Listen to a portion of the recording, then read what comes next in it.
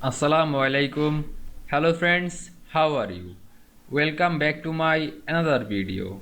In this video, I am going to show you how to adjust picture opacity in iCloud Keynote. Let's get started. At first, you have to open your Chrome browser. Then open your iCloud Keynote, then create your presentation. Now you can see here are my presentation. Now I adjust picture opacity in this presentation. At first I have to insert a picture. Click this image option and click choose media.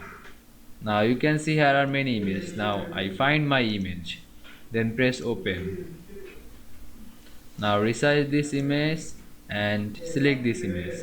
Then you can see here are show or hide format style option. Click here. Now you can see here are opacity. Now I decrease my image opacity or increase your opacity. Now I decrease it. Now you can see I adjust picture opacity in iCloud Keynote very easily. I hope you enjoyed my video. Please like, comment, share and subscribe my channel. Thanks for watching.